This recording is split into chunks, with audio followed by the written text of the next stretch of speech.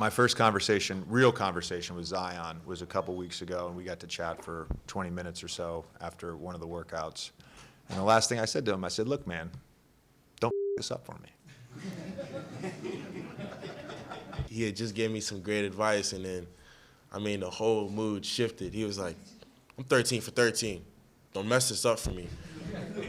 I'm like, JJ, why are you telling me? I'm a rookie.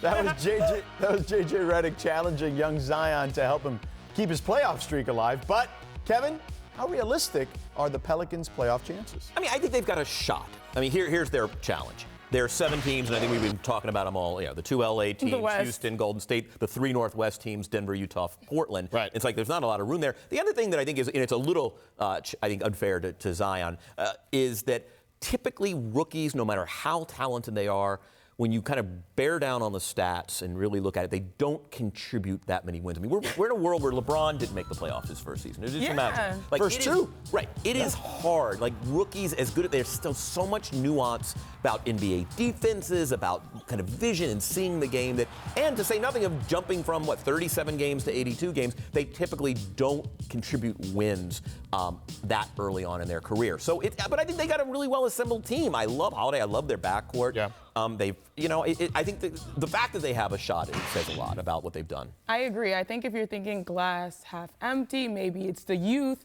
and the rookie curve, but you have a rookie where, there's a phrase, you can't teach height. Well, you can't teach Zion really either. So he has an advantage on the rest of the field. But if you're going the glass half full, Zion, JJ Redick, Lonzo, B.I., who was having a pretty good year and was finishing things out pretty strong until he had his own injury.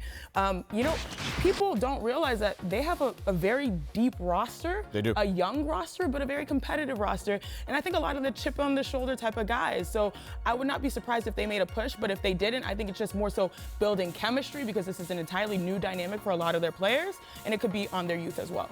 I think that they have a well-balanced roster. Absolutely. When you look at what they have both on the wing, in the backcourt, even the front court, right? Adding a guy like Derek Favors, I think, is a big move for them. They are deep.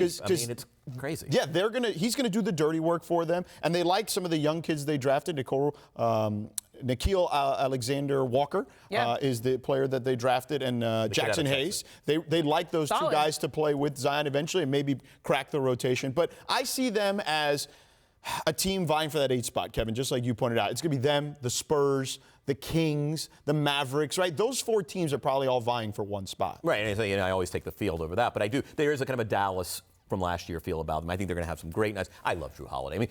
Honestly, to me, that's sort of, they're actually a rookie team with a veteran quality. So Mike Conley forever was the most underrated backcourt player in the NBA. Is Drew Holiday now that guy? He could be that guy. Yeah. He could be that guy, especially now that he's in his prime, and then he had a great year last year. So it's also teammates love him. He defends. Right. He can shoot. He can play off the ball. He plays on the ball. I'm a big Drew Holiday fan. Yeah, I agree.